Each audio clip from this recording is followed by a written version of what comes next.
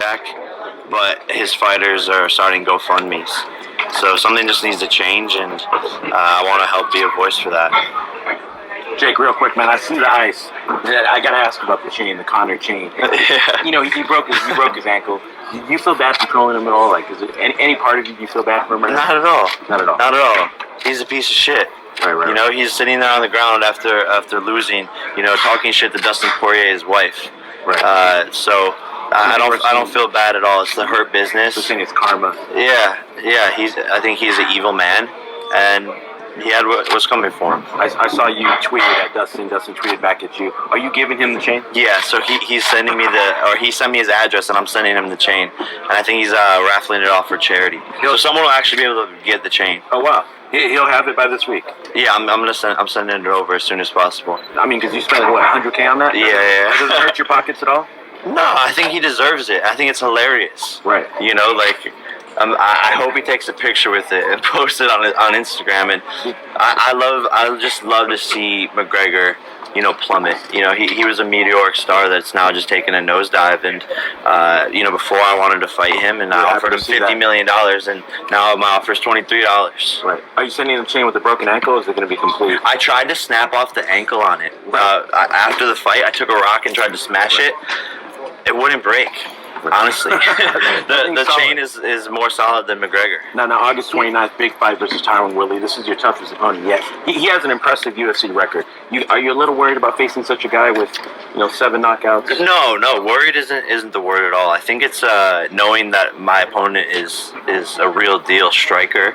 He's been boxing probably 5 times as long as I have, and I will have to go in there and be as sharp as possible, but I'm still going to get the job done and knock him out.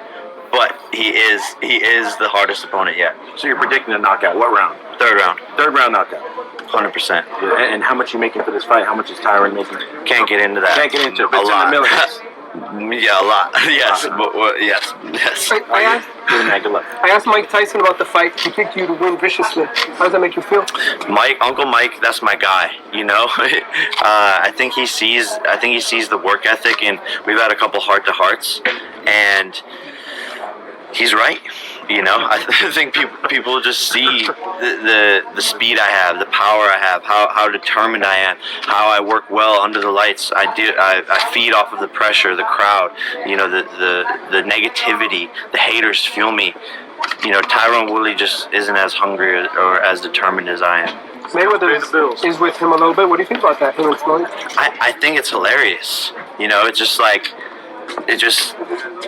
two old guys sending them into retirement. But you know, how is Floyd Mayweather, who couldn't even finish my brother, who's a YouTuber, going to teach Tyron Woodley how to beat me? You know, Tyron is bouncing around different coaches, going to LA, going to Miami, going to Floyd Mayweather. That's not the way to progress in this sport. Stick with your team, pick a coach, repeat your drills, and get better every single day. Is a fight with Floyd on your? Do you want that fight?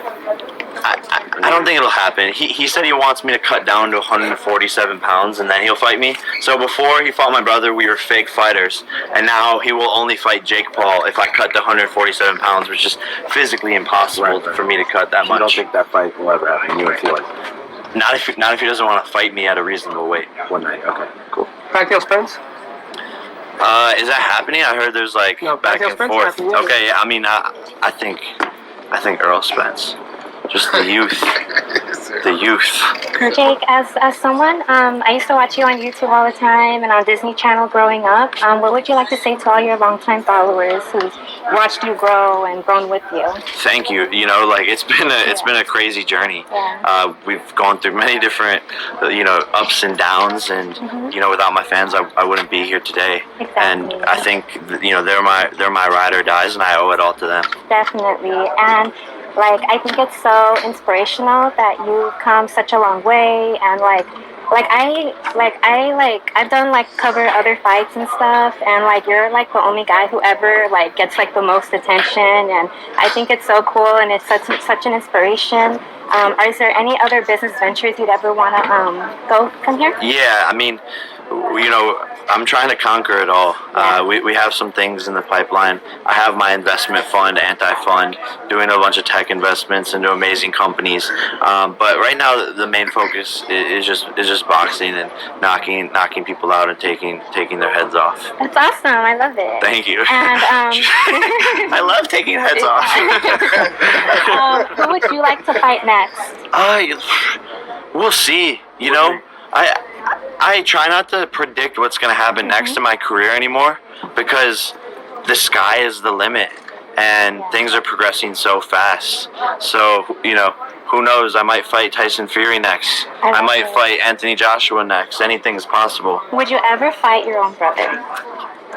Yeah, I mean, it's such a tricky question. Yeah. I think it'd be interesting. Our parents don't want us to do it.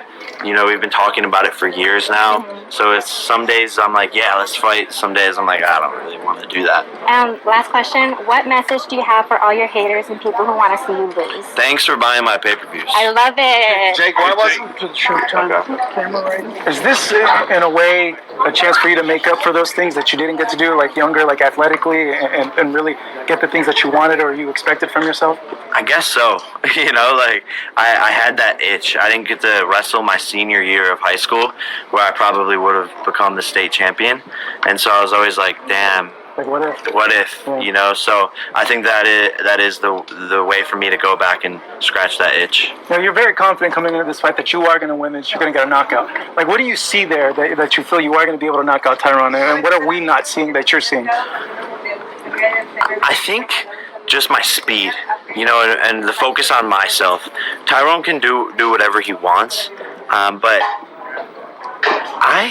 I just have something different. Like I'm truly built different. You know, it might be the calcium in the Ohio cows, but my bone density just cracks through people's skulls, and I'm just built for this. I love getting into a real fight in sparring matches. I love getting hit in the face. That's not normal. Like, normal people don't like those things, and my team is probably the best team I've ever seen assembled in boxing, and we depict everything that's going to happen in every single fight so far, and it's happened, and I'm mentally prepared, and I don't cut a single corner. You know, when I'm in training camp, if the cameras aren't there, if no one's around, I'm still doing all the things. Even if my coaches aren't motivating me to do it, I don't take a second off, let alone a day off. You've been dedicated, and I think a lot of people are starting to show that, are starting to see that from you now, the dedication and the training that you're actually putting in. With that being said, Tyron is saying that he's going to knock you out,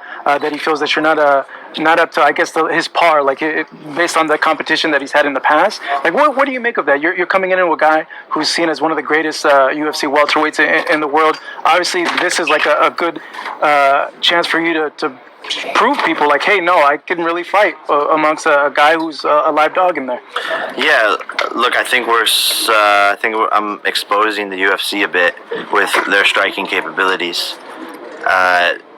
He's fought the best in the world in the UFC, but that's not boxing. You know, people think they're very similar sports, which they kind of are, but it's really like relating swimming to basketball. It's two very different things. Boxers are more efficient, more precise, more conservative with their energy. You know, scoring points. It's just a completely different ball game, and a lot of people don't really understand that. They just take it at face value, which is, this is a fight. It's not that. He's coming into my territory, and as crazy as it sounds, I'm a much better boxer than him, even though he's been doing it for 5 times as long. And yes, he's fought Kamaru Usman. Yes, he's fought Gilbert Burns, but that's not Jake Paul. You know, I will finish him, unlike those guys. And then people are going to come back and watch this interview and be like, holy shit, this kid is crazy. He predicted the future. And, you know, what the fuck is going on? And what the fuck is in the milk in Ohio? Will you ever grapple, though? Will you ever get into the MMA side of stuff? Maybe. I think there's an itch there. You know, not anytime soon. But it would be fun to go back in and wrestle and maybe throw some submissions. You know, I asked Tyron, like, what happens if you press him? You're the bigger guy. You have a lot of physical advantages in the fight. And he says, you know what, I kind of do expect him, but does that Is that more advantageous for you to press someone like him, to smother him so he can't get his punches off on him? Yeah, I'm coming out hot.